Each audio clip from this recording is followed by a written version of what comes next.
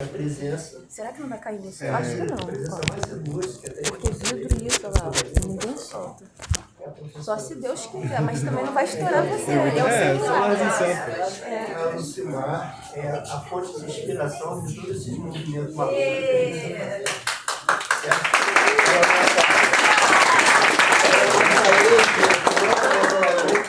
Ela plantou um pedaço do biquinho dela aqui, não tem jeito.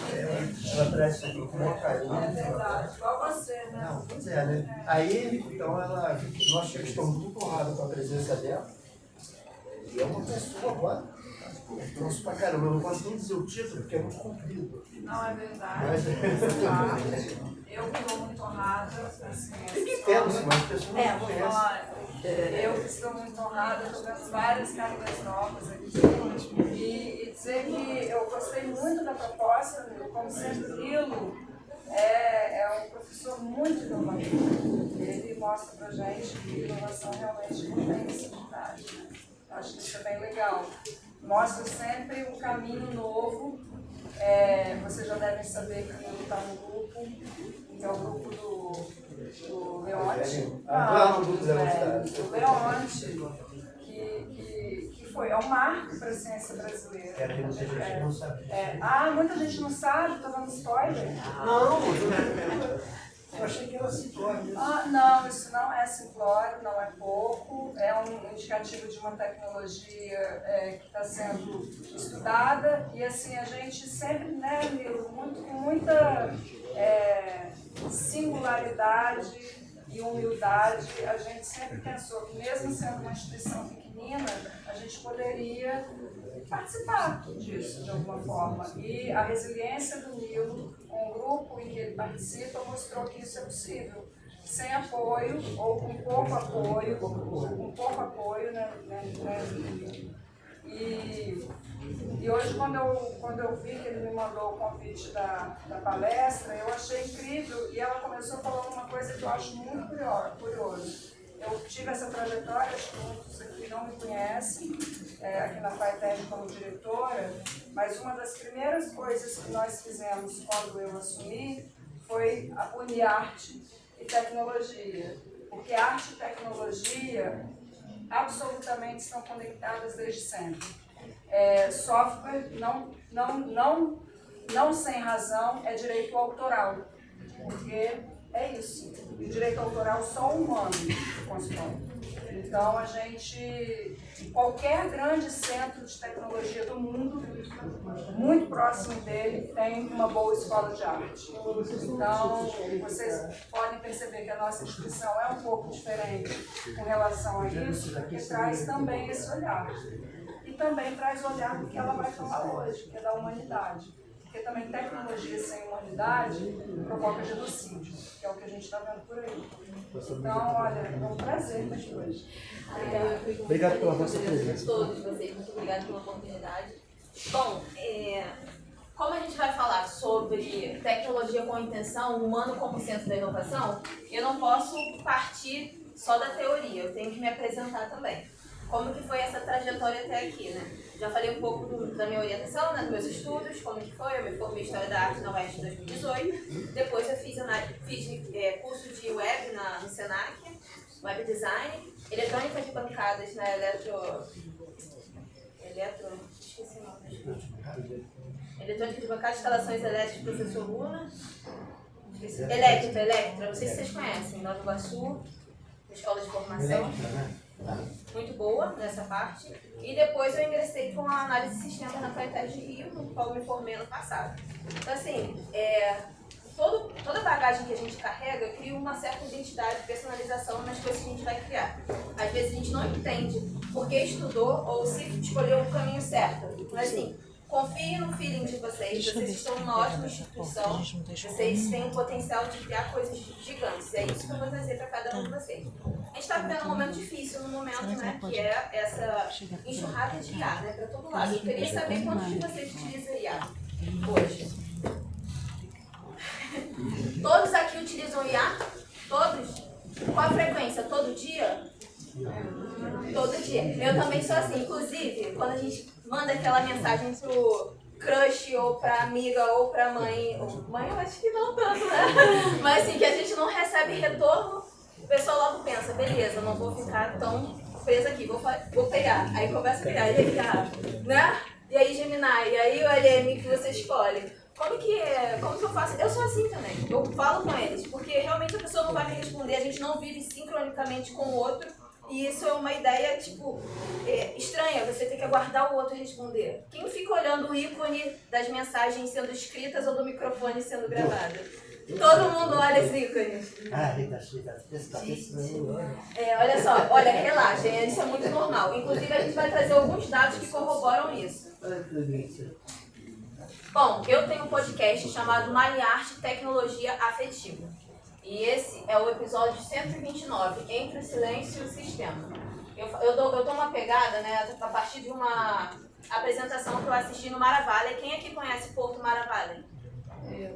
Conhece? É Luciana, né? Lucimar, agora eu não esqueço. Marília, Lucimar, tudo a ver. Marta, bom, agora classificou. O Porto Maravilha é o lugar de efervescência do polo tecnológico aqui carioca, né? Então, exatamente, o Empatec fica lá. Então, se vocês quiserem conhecer, vocês podem entrar em contato comigo no final da apresentação. Tem um QR Code, vocês imprimem e entram na rede social, LinkedIn, GitHub, onde vocês me acharem e falam, pô, tô a fim de conhecer o Maravilha. Vocês falam comigo que a gente faz uma passeata lá. Já o pessoal da manhã topou, já fechei com 3 aqui, 3 meninas. Então, quem se interessar, vai. Lá tem várias empresas tech, NVIDIA, tem o Bizu, tem o Dharma AI. Eu estou representando a Fab Capital, que tem o Fab Tech AI, também que é um projeto de automação que eu estive envolvido. Então, a gente vai ter muita coisa para trocar aqui hoje. Vamos lá. Por trás de cada utilizador, uma ilusão conveniente. Quando olhamos para o utilizador nos nossos sistemas, o que vemos? Um ID, um número de telefone, um histórico de conversa. Tratamos esses fragmentos como se fossem a pessoa inteira, como se a superfície operacional fosse a realidade. O dado não é a pessoa, é apenas o rastro que ela deixou ou passar. E é exatamente aí que começa o primeiro desalinhamento crítico das operações digitais modernas. Por que a gente entende, por exemplo, uma interface de comunicação que a gente usa muito é o WhatsApp, né? O WhatsApp, ele não entende a gente quanto pessoa, ele entende a gente quanto ID, quanto número. Então, até todas as mensagens que trafegam, que a gente chama de payload, se a gente for com um sistema de, por exemplo, de fluxo, não sei se vocês já viram uma dashboard de fluxo, como, por exemplo, o N8N, NHN. Alguém aqui sabe? Boa, é isso. Gente, eu preciso que vocês interajam, eu também preciso desse feedback humano, então, tipo assim, vamos trocar. Isso aqui não é unidirecional. Não é só eu que estou me apresentando, é vocês também que precisam consumir isso e trocar, porque é aprendizado mútuo. Esse N8N a gente cria fluxos de trabalho. Então, antigamente a gente fazia o programa, né, no cartão, né, a folha, e tinham vários furos. Nilo, me corrija se eu estiver errado. Meu professor Roberto Coppi que falava. Muito antigamente. Roberto Coppi, da FATEC de Rio. Marcelon também. Falava que tinha os furos lá, que eles eram os dados de input e o processador ele via que os furos estavam presentes ou ausentes e com isso convertia em programa. Depois a gente começou a desenvolver programas estruturais com a linguagem C. Depois, muito à frente, a gente foi para Python. Mas agora a gente está no tempo do drop-down, né? Pegar e largar. É exatamente isso. Tanto para sistemas operacionais quanto para relações, né? Isso está tudo muito descartado. E tudo isso impacta a nossa forma de ver o mundo, de se sentir nesse mundo e como que esses sistemas estão captando a gente como usuário. A gente precisa estar atento a isso. Então esse episódio que a gente tem no podcast, 129, fala sobre isso. Vamos trazer dados. Vamos analisar esses dados aqui para corroborar nossa tese. A escala que ultrapassou o humano. O sistema já não opera na escala do humano. Ele opera na escala da presença contínua. Os números tornam isso inegável. A gente tem mais de 7 bilhões de dispositivos ativos hoje no planeta. Ou seja, tem mais dispositivos do que pessoas. Às vezes uma pessoa tem mais de um dispositivo. Em média, 6 horas e 38 minutos por dia online. Isso é uma média global de tempo conectado à internet. Então nós somos seres hiperconectados. Olha só, que a gente vive numa realidade paralela. Nós temos um simulacro do real. Um quarto da vida é no celular. Então a gente precisa pensar sobre isso. 5,2 bilhões de utilizadores globais, superados em número pelos próprios dispositivos. E a gente tem 73% de tráfego móvel, de todo o tráfego global vem de dispositivos móveis. Então a gente tem uma concentração da comunicação nesses dispositivos, inclusive, antigamente o camelô aqui do Rio, ele vendia bala. Hoje em dia, o que ele está vendendo? Capa de celular, cordão de celular. Nós dormimos do lado do nosso carregador de telefone, quase sendo enforcados pelaquela carga de energia. Eu tenho uma avó de quase 90 anos que vive com o celular plugado na energia elétrica. Essa é a realidade do ser humano hoje. Eu não posso se plugar. Não pode. Exatamente. E esses dados estão aqui, nessa How Many People on Smartphones. Depois, se vocês quiserem. Essa referência eu acho que é muito boa, tá? Desculpa interromper. Acho que tinha que ser divulgado. Seja a primeira. Que é o fundamento científico, né? É um fundamento científico. Não foi paralelo, É de 2025 a 2029, então a gente ainda está no tempo, né? No prazo. E esse também é capa de um outro episódio, que é simulacro da realidade. Alguma coisa assim, eu não lembro o nome dos episódios também, gente, são mais de 100 episódios. Então se vocês quiserem me maratonar, me maratonem. Só não esqueçam depois de dizer o que sentem, o que pensam, se é um lixo, se não é, porque acho que toda pessoa que manifesta alguma coisa, ela precisa ter esse feedback. É tipo um grito no escuro, sabe? E são humanos, eu falo com humanos, não são robôs. Não é o Open Cloud que vai chegar lá, eu acho que o bot vai chegar e vai ter uma noção tão grande. Ele já tem rede social, os robôs eles já têm rede social. Eles vão ser mais humanos que os humanos, porque a gente só sabe consumir e sumir ao mesmo tempo. A gente está consumindo e está sumindo, a gente está cedendo o nosso tempo de vida para as grandes big techs, é isso que está acontecendo. Então, Brasil fora da curva. O espelho de silício é o nome do episódio, está lá em cima. Espelho de silício. O Brasil não só acompanha a tendência global, ele distorce essa média de uso. São aproximadamente 9 horas e 30 minutos por dia em ecrãs, sendo mais de 5 horas diretamente no smartphone. Nós estamos nessa estimativa. Não estamos a falar de uso intenso, estamos a falar de imersão total. Nós estamos imersos num mundo digital que a gente não reflete, não pensa sobre isso. O que significa para quem desenha sistemas? Significa que o utilizador que encontra o nosso produto não está a fazer uma visita ocasional, está a habitar um espaço contínuo. E o nosso sistema é apenas mais uma camada desse ambiente sempre ativo. A pergunta deixa de ser como captar a atenção e passa a ser como ser digno de presença num ambiente de saturação total. Alguém tem alguma pergunta, uma observação, alguma coisa que queira falar, que teve um insight de alguma coisa? Não? A gente segue? Tá. Eu só queria observar o seguinte, que a gente fala pouco disso, né? Você anda pela rua aí, agora a pessoa dele guarda o telefone no bolso, chama a pessoa, ei, como é que tá? É isso. Essa palestra aqui eu tô vendo pouca gente mexendo ao mesmo tempo. Na manhã tinha. Todo mundo não, mas tinha. E agora eu tô lançando um produto que é chifrinho do diabo pro celular. Fala alto porque estamos gravando. Ele tá lançando um produto aqui, ó, um MVP aqui. Ó, eu tô representando as startups, por isso que eu tô de uniforme. Ó, um MVP bom aí. Qual é o chifrinho do diabo? O chifrinho do diabo, tá botando no celular, ele vai lembrar que aqui é o mesmo. Ó, o chifrinho do diabo, ó, o produto aqui do colega. O colega professor, mestre. O chifrinho do diabo. Se você olhar. Exatamente. Você olha pro celular, vai olhar o chifrinho do diabo, vai lembrar que é o mal, que é o maligno. Exatamente. Inclusive, quando eu boto no Google mal e arte, ele bota maligno. Parece que ele já sabe que é tipo do mal, sabe? É claro que eu não sou do mal. Mas ele me vê como do mal porque eu sou contra o que ele está fazendo, o grande algoritmo, né? O utilizador real, persona complexa. A persona complexa são vocês, cada um de vocês sou eu, não somos um dado em circulação, nós não somos mais um dado. Mesmo no contexto de presença contínua, a forma como tratamos o utilizador permanece superficial. Por baixo de cada interação existe uma persona. Complexa, sensível, imprevisível e principalmente difícil de cativar. Os sistemas sistemas foram desenhados para escalar interações, mas não foram preparados para sustentar relações. Este é o primeiro e mais profundo desalinhamento da arquitetura digital contemporânea. Não é um problema técnico, é uma falha de intenção. Então a gente já vai começar a vir por case real, né? Quando a gente desenvolve um produto de tecnologia, a gente não tem que pensar só nos requisitos funcionais e não funcionais.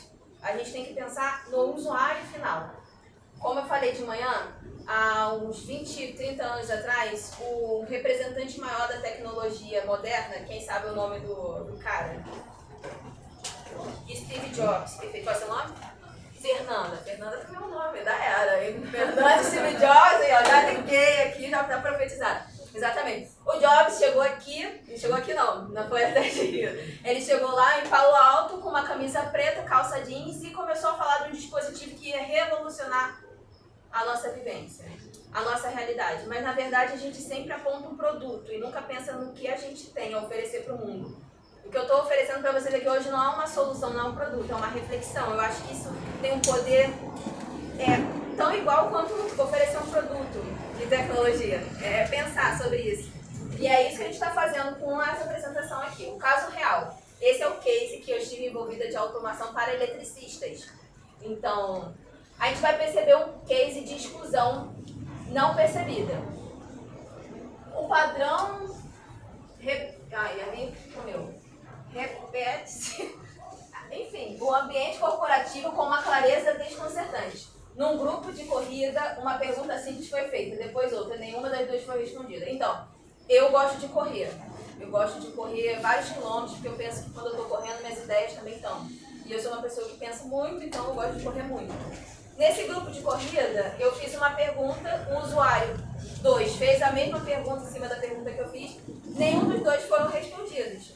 Isso gerou um efeito em mim, que foi o efeito de não querer continuar naquele grupo, não pertencimento. Se eu desenvolver uma aplicação para eletricistas que eu não consigo integrar e fazer com o meu modelo de linguagem ou automação, entenda a fala dessa persona, que é o eletricista, ou independente, alunos, por exemplo, se eu não consigo me colocar aqui como um de vocês, porque eu não vejo isso unidirecional, não é uma aula, é uma apresentação. Então, é bidirecional, vocês podem me interromper e falar o que vocês pensam a qualquer momento. Eu estou integrando vocês e a gente precisa fazer isso no nosso processo de desenvolvimento. A gente precisa integrar com as pessoas. Não é criar da nossa cabeça e falar assim, ó, toma, tá lançado aí, tá na Google, tá na Apple Store, testa a minha aplicação. Não, vamos pensar em trazer eles para o desenvolvimento também. Né? Muito mais que os requisitos e técnicas. O que aconteceu nesse processo? Não houve conflito, não houve rejeição explícita, houve algo muito sutil, exatamente. E muito mais perigoso, a ausência. E é a ausência que inicia um processo silencioso de exclusão e de não aderência do seu produto. O que ninguém reparou, o mais crítico nesse episódio não foi a falta de resposta, foi que nem o administrador do grupo, nem o auxiliar administrador do grupo perceberam o que tinha acontecido. A exclusão não foi intencional, foi estrutural e invisível para quem orquestrava esse sistema. O gap silencioso nas operações digitais. Numa experiência recente no projeto de automação, atuando como Scrum Master, estruturando o backlog, organizando fluxo, garantindo entregas, tornou-se evidente um padrão perturbador. O que foi entregue? Desenvolvimento concluído, fluxo funcional, dados organizados, métricas cumpridas. O que ficou por responder? A afetividade da experiência. Ninguém era responsável pelo vínculo, a atração desse usuário. O foco estava na eficiência operacional e estava certo estar. Mas eficiência sem continuidade relacional cria sistemas que funcionam e ao mesmo tempo afastam as pessoas que deveriam servir. Mas o produto não atendeu, né?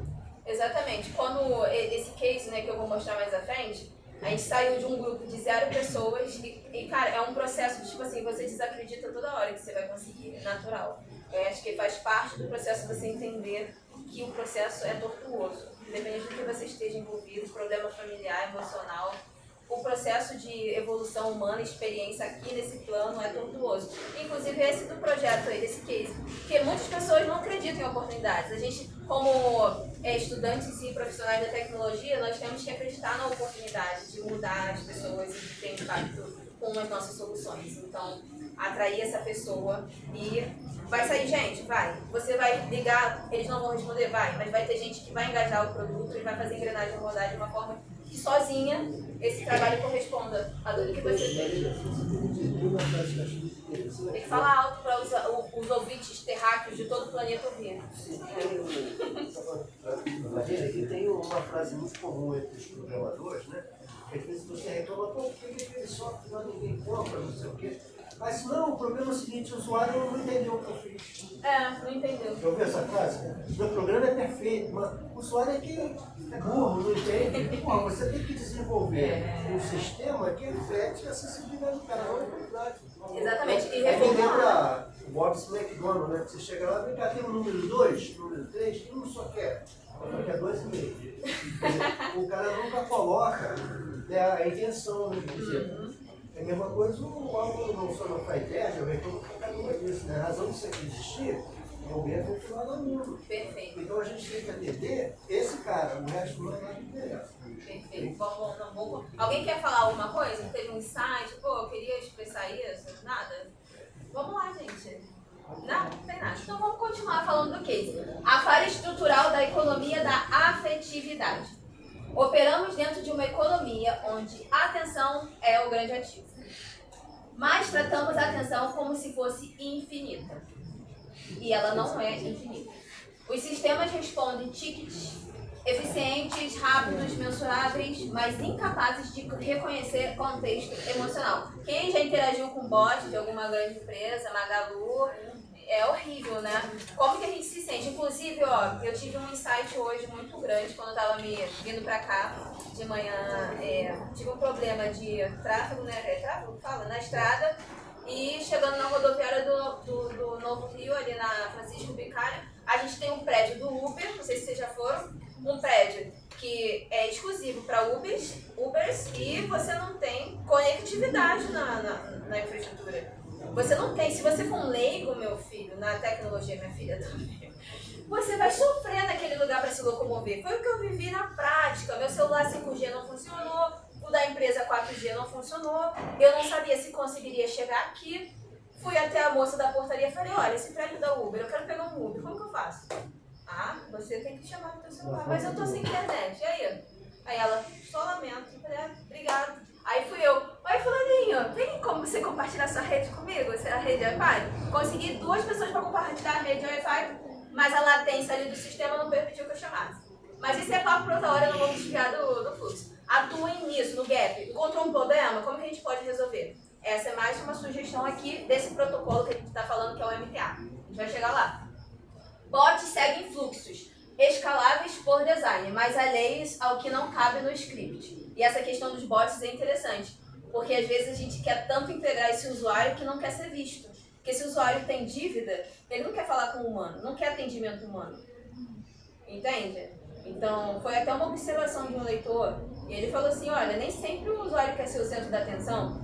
E se o cara for um analfabeto? O Brasil é o país dos analfabetos. Somos governados por um. E tudo bem. A gente precisa pensar nesse grande público que a gente precisa entender como que a tecnologia vai integrar essas pessoas. Entende? Olha só o local que a gente pertence. Times acompanham métricas, dados de retenção NPS, churn, mas nenhuma métrica mede o sentimento de ser visto. A falha não está na tecnologia, está na forma como ela é orquestrada e no que deliberadamente escolhemos não medir. Então aqui eu trouxe uma representação gráfica disso, mais ou menos. Toda a estratégia de retenção digital assenta em métricas de comportamento, mas existe uma variável que raramente aparece nos dashboards. A gente tem uma pirâmide dividida em 3 partes, sendo a base a camada de funcionalidade, que a gente faz os diagramas e pensa toda a estruturação. Camada 2, camada de relevância, e a 3, a camada de sentimento. A gente precisa considerar ela se a gente quiser alcançar um público maior. A camada mais profunda e a mais determinante para a lealdade a longo prazo é precisamente a que os sistemas menos conseguem medir, o sentimento de ser reconhecido como pessoa. A pergunta que muda tudo seria então, durante anos a pergunta central do design de sistemas foi sobre escala e eficiência. Chegou o momento de reformulá-la. A pergunta antiga era como escalar o atendimento. Uma pergunta de engenharia, focada em volume, velocidade, custo por interação. A pergunta que importa agora é, e anotem no papel, caneta, ninguém. Hoje em dia a gente não anota mais nada. Já pararam para pensar nisso? Gente, é sério, bizarro. Você anota? Vocês sabem usar caneta, papel? Vamos voltar para aula de caligrafia.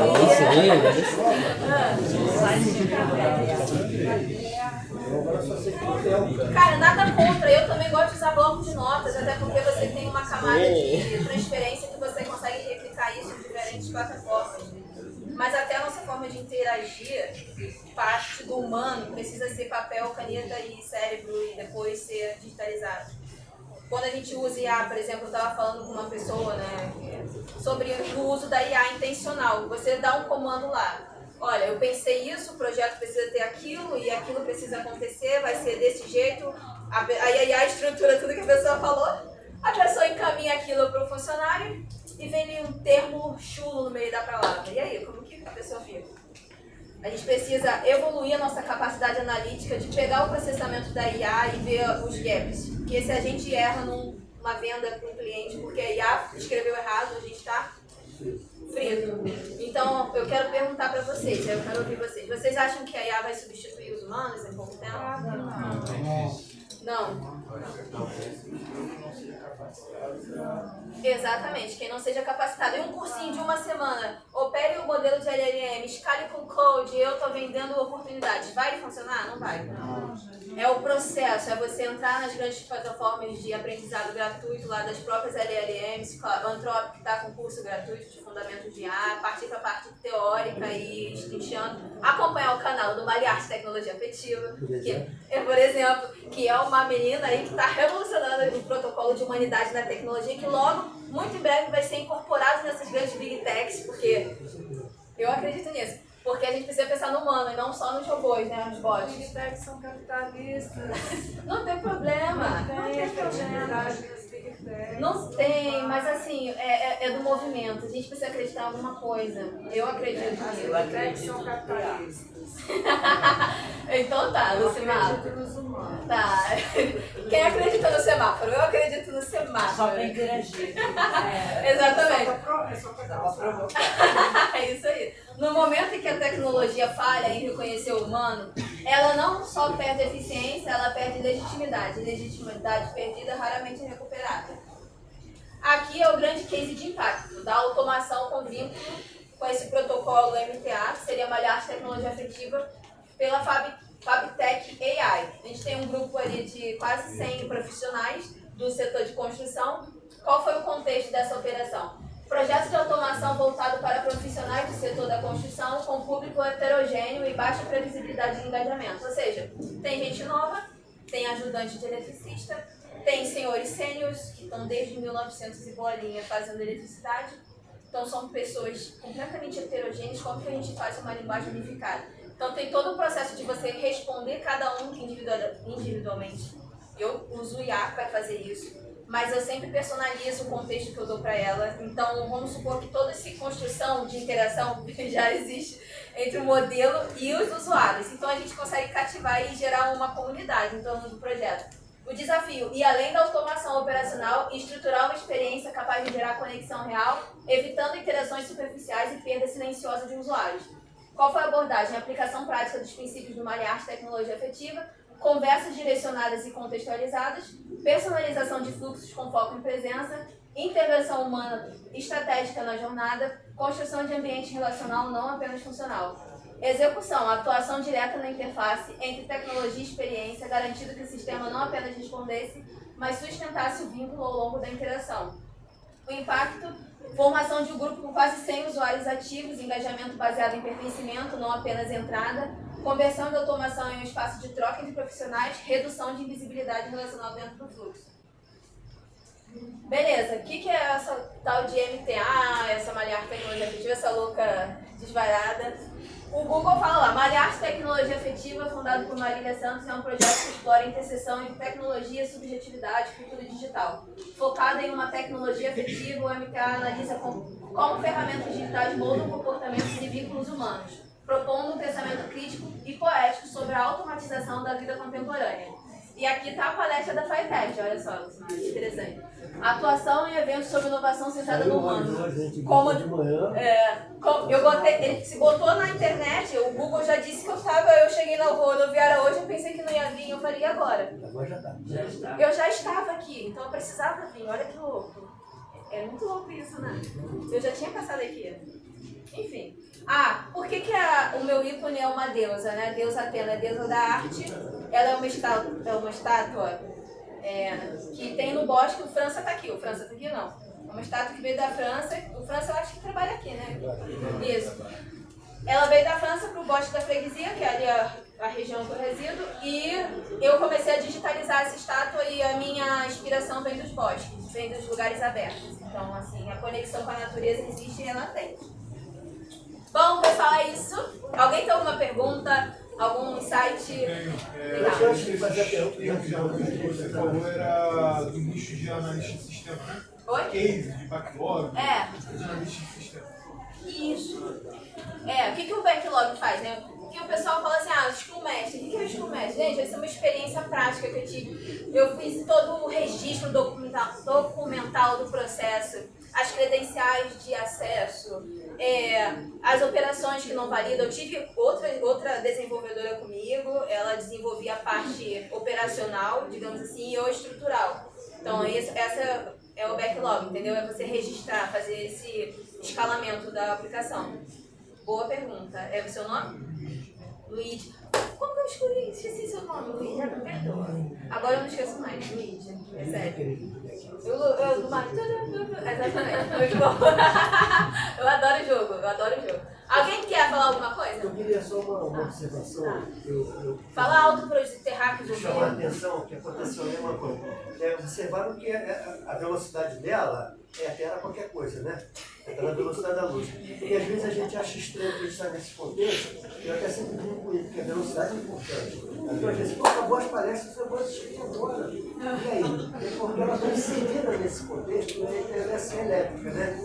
Então, vocês gravem isso, eu me lembro logo do WhatsApp, né? Que ela está trabalhando em velocidade de 3.8. Você chega no grave, a gente bota sim, eu atravessei a rua, e aí depois, porque senão tu não captura esse monte de coisa. Não,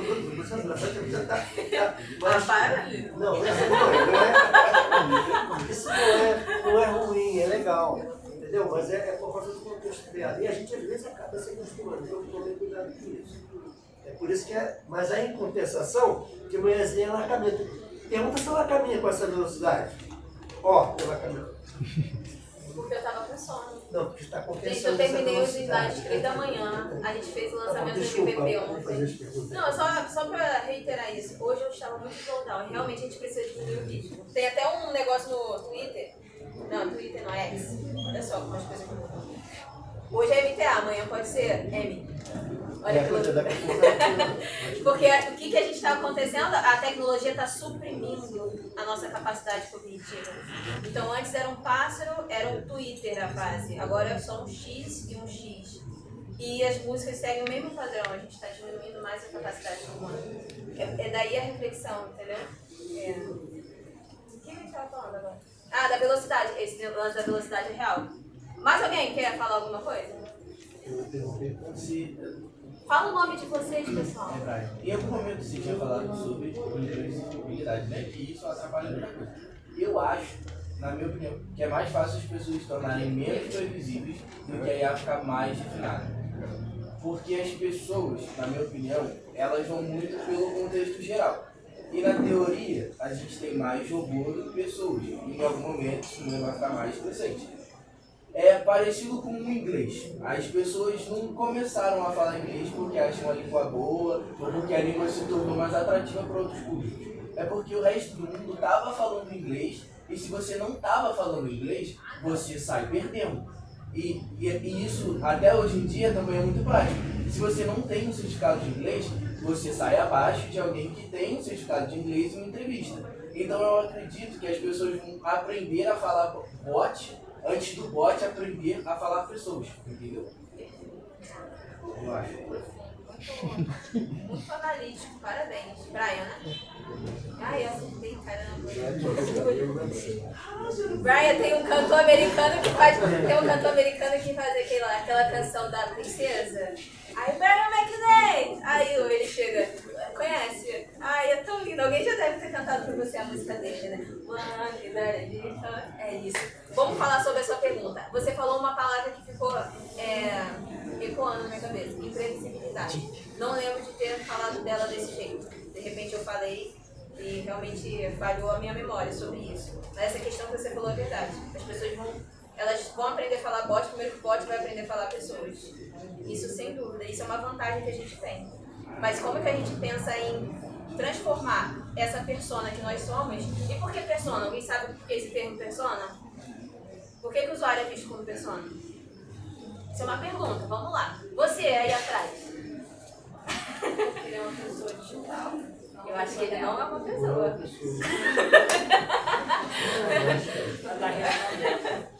Por quê? Desculpa. Porque ele é uma pessoa digital. Porque ele tem múltiplos. Qual é o seu nome? Maria, uma pessoa na internet seria, na verdade, mais. Exatamente. E para complementar a sua análise, muito bom colocado, a persona ela tem múltiplas faces. Então, o usuário que a gente tem, ele não é o Jorginho que gosta de azul. Ele tem essa complexidade. Ele, às vezes, é um professor de academia, que à noite é um gamer play, que à noite é um cara que tem vários grupos, que hoje o sistema não é só o que você desenvolve operacionalmente. Você pode integrar a tecnologia.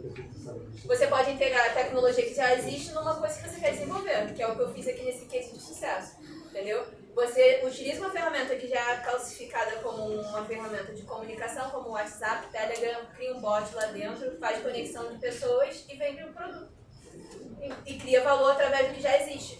Então você não precisa pegar e desenvolver tudo sozinho. Você pode integrar as tecnologias que já existem e desenvolver ali uma comunidade, um valor por trás do seu produto. Eu acho que o mais bobo que seja esse exemplo, uma das gente que acertou, a gente pode botar assim, nessa conexão de usuário com o TikTok. A gente vê que pessoas utilizam o TikTok, plataformas de nível e de grupos, para se expressar e muitas vezes vender produtos. E às vezes é mais atrativo do que você realmente ir numa feira, você vê um palete grande. Mais atrativo e mais acessível, Mais né, galera? acessível, exatamente. Porque cai para qualquer pessoa. Cai para qualquer pessoa, Exatamente. Por exemplo, você vê muitos vídeos de pessoas falando de temas extremamente pessoais da vida delas e elas estão falando que é de aberto. Exatamente. Entende? Às vezes elas não têm essa noção, né? Elas são pessoas, personas, né? E elas estão deixando ali uma marca digital, mas o TikTok é uma rede social que faz isso, que aproxima uma pessoa da outra. Eu tenho uma conta no TikTok, é tudo Mariarte esse nome. Só que aí uma mulher criou uma empresa com esse nome, aí eu botei tecnologia afetiva. Mas também porque eu vim com uma pegada maior na afetividade depois que eu perdi meu companheiro. Para a economia da atenção. Isso que a gente está vivendo é a economia da atenção. A gente cria conteúdos e espera feedbacks e retornos através de likes. Eu não quero likes. Eu não quero likes, não faço questão disso. Eu quero humanidade, quero pessoas que interagem. Falam assim, não entendi bolhufas do que você falou. Isso é um lixo. Escreva. Eu gosto de coisa assim. Não, isso aí é interessante. Humanos. A gente está consumindo conteúdo, mas está digerindo. Qual é o processo de digestão natural do ser humano? Quando a gente vai digerir um alimento, a gente não mastiga e depois sai pro outro lado. A mesma coisa é o consumo visual. A gente precisa ver o que a gente está vendo, os algoritmos estão analisando o que a gente está vendo, está integrando aquilo que a gente está vendo, então se a gente tiver utilidade, a gente vai ser retroalimentado com aquilo. As empresas Big Tech vão ganhar nosso tempo de vida e nosso legado a partir disso. E a gente não vai ter passado por ali como essa potência, esse lugar de pertencimento que a gente precisa gerar, que é a nossa própria reflexão, que a gente percebe como que a gente impacta o outro. É essa faísca de criação que eu vim trazer aqui para vocês hoje. Mais alguém tem alguma coisa? Quando você fala assim que gosta que as pessoas interagem, eu acho meio complicado, porque hoje em dia a gente está vivendo também um ambiente um pouco de intolerância. Então, às vezes, você vai aceitar uma crítica que eu possa te dar, mas às vezes em outras páginas, em outros lugares, eu vou dar feedbacks que a pessoa não vai gostar e vai começar a brigar e tal. Então, acho que a gente acaba se retraindo, não falando exatamente o que a gente acha, vai consumir e vai ficar calado. E aí gera uma nova pessoa. O Kindle parou aqui, A né? cada momento é uma pessoa que Vocês já viram? Persona é aquela Já capa viram? que a Todo mundo gente já viu? veste. Já viu aí, meu amigo? Já viu? Já viu? Você mesmo já Interagir viu. O que a gente Oi, precisa querido. Você já todo viu isso momento aqui? está Oi, tudo bem? Você tá Hoje prestando não tanta consegue atenção, ó. interagir. Esse é o Tem livro. aqui que é a coisa de né? No espaço, por exemplo, aqui. Deixa mudar, né? Será que eu devo falar o quê? Uma censura interna. É isso. É isso que você falou, faz muito sentido. Porque eu não. O que acontece? Pessoas vão reagir de diferentes formas em qualquer lugar. A gente tem que lidar com expectativa e frustração. Eu exponho para vocês que eu me sinto como Renato Russo, né? Que ele era o incompreendido. As pessoas não davam muito esse feedback para esse artista, digamos assim. O que a gente cria hoje é mais ou menos isso. Então, pessoas vão falar assim, ah, não, eu não gosto de ser julgada. Mas, cara, o problema é dela. Você está dando a sua opinião, a sua percentual de humanidade, a sua reflexão, seu tempo de atenção está sendo retribuído quando você gosta de uma coisa e você manifesta que gostou daquilo. Entendeu? Para a sua comunidade, para o seu nicho, para os seus amigos, para os seus usuários. Entendeu? Então, assim, o que a pessoa acha, se a pessoa não gostou, gente, o mundo é um berço de julgamentos. A gente tem que ligar pra isso, não. Entendeu? Quem se incomoda, infelizmente, tem aquela frase que é muito boa: se incomodados que se mudem. Não precisa ser dessa forma. Isso é muito complexo, né? Pode desenvolver. Pode falar seu nome também, tá? Eu sou Glória Correia, tenho 70 anos, fiz agora há pouco.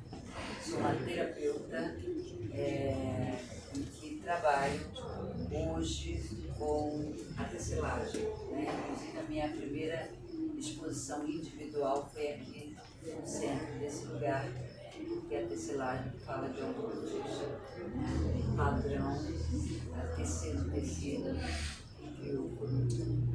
os nossos antepassados. E eu hoje uso, me apropriando aí desse convite, né, que nem esperava, eu me vi tem 15 dias com um tear na minha sala. Eu moro numa casa muito pequenininha, eu estava tear. Todo mundo aqui conhece o tear, né? Uma ferramenta para tecer, né? Fazer tecidos. Com um notebook, eu estava planejando uma exposição em grupo, com um celular, e a TV estava ligada porque meu marido, que é tudo numa mesma sala, no mesmo espaço. Quando eu me dei conta, eu falei, tô louca. Mirei, se eu faço tecelagem para entrar num silêncio, me desligar de todas as outras tecnologias, porque tecer é uma tecnologia, né? Então eu fiquei assim, nossa, que foi isso? Aí fui tirando as camadas todas e tentando me desligar daquele processo. Mas eu trouxe isso, né, como a questão do emocional até da mídia.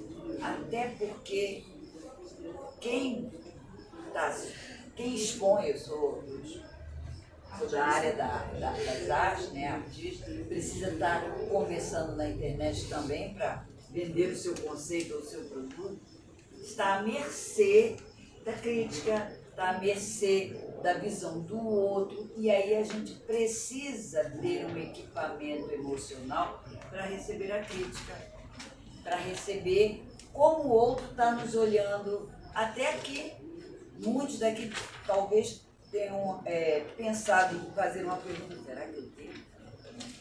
Isso é interno. E aí é aquele que consegue expressar o pensamento, né, a partir de uma palestra, nossa, está saudável ou não, porque não sei. Isso é uma interrogação. E no mundo das redes sociais, é um universo que a gente não tem controle. É sem controle. Então, questionar uma fala de um especialista, que todo mundo agora é especialista na rede, de qualquer tema, né? Eu hoje estou assistindo o Big Brother como case. Case. Eu assisto porque faz parte da minha área de estudo, né? Entender o emocional, faço análise há 15 anos e não me vejo competente emocionalmente para discutir algumas questões ou responder uma pergunta. Então, eu pergunto a você, depois dessa palestra que eu acabei de dar. Contribuição. Uma contribuição, assim. Como é que a gente poderia equacionar, né, dentro da tua proposta, que a palavra que me encantou foi afetividade, afetar o outro diante de um universo digital, sem comprometer a minha saúde emocional? Eu não tenho resposta, ela com certeza não tem.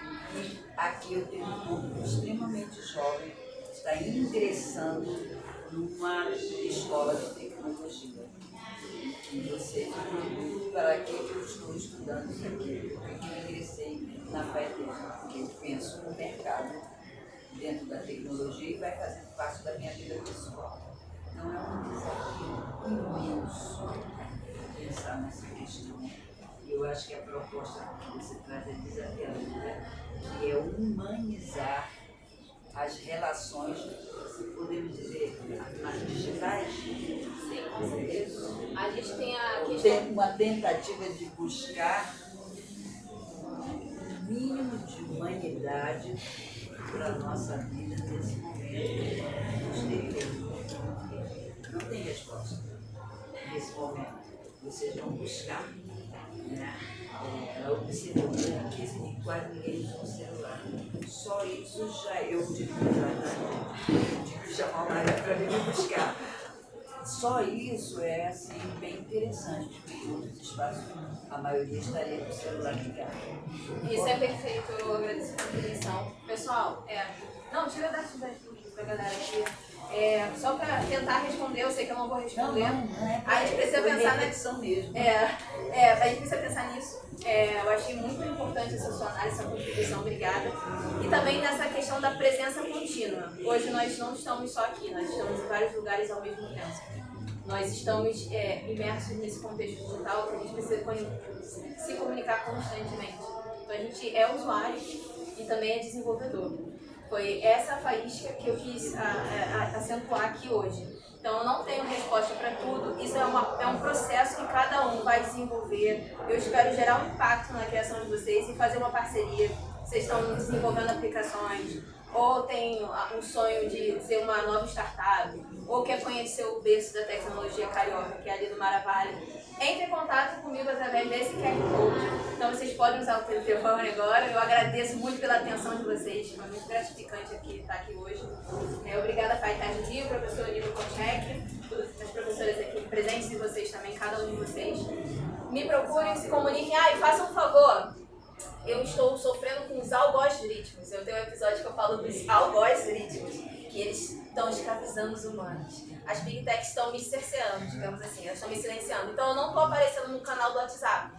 Então, eu estou com um canal do WhatsApp que não é o grupo, não vai notificar vocês, não vai ser perturbante. Antes de fazer um episódio, eu boto conteúdo nesse canal. Então, tipo assim, eu boto conteúdo de tecnologia no canal. Então, por que as Big Techs não estão divulgando esse canal? Porque se você chegar nos canais do WhatsApp, você só vê meme, Tech Rio, aquela olho digital, olhar digital, mas você não vê o MTA. Então, me ajudem a vencer essa barreira da divulgação desse protocolo, dessa ideia. E é isso, a gente vai construir uma nova web junto, que o humano vai estar no centro da atenção, e não só o produto, né? Não só esse consumidor. Tá? Obrigada, pessoal. Obrigada.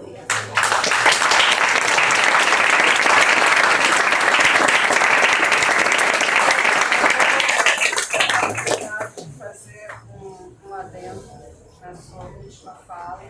Você reiteradamente no início também falou sobre o berço da inovação do Rio de Janeiro, que é o Maravalha, tomando a liberdade de discordar profundamente de você, porque o Maravalha, para mim, não é o berço de inovação. O Rio de Janeiro tem um ecossistema de inovação pujante, e o ecossistema ele é orgânico, tem várias vértices e que bom que é assim. Nós aqui temos também um ecossistema em Petrópolis muito pujante, muito criativo. Temos em outros lugares do Rio de Janeiro, com áreas muito específicas, né? Então, para a gente sempre ter um pouco de cuidado de falar quem é o berço, porque isso não pode ser vendido como uma verdade absoluta, porque não é uma verdade absoluta. Maravalha é uma estrutura interessante, faz parte do ecossistema e que bom, mas é mais uma ferramenta, e que eu espero que seja uma ferramenta que faça o dever público que deve fazer, como a FATEC de Petrópolis como a FATEC como a UERJ como a UFRJ como a LNCC aqui do lado Uhul! Então é isso. É isso. Esquecer da grandiosidade que foi lá, o nome da Cantareira. Ao Instituto de Inovação da Cantareira, que é mais um pedacinho desse A gente ecossistema. tem feito muita coisa lá, professor. Que nasce aqui, né? Na verdade, essa história do Distrito de Inovação da Cantareira. Muita coisa aconteceu. Não conheço, desculpa. Gente, eu não conheço tudo. Pois é. Eu tô assim, no processo, né? Você já entendeu? Então, tipo, obrigado pela promoção. É isso, a gente tem que trocar. Ele nasce aqui porque nós temos um ramo de computação quântica em razão das pesquisas do professor Renato Portugal, que alguns de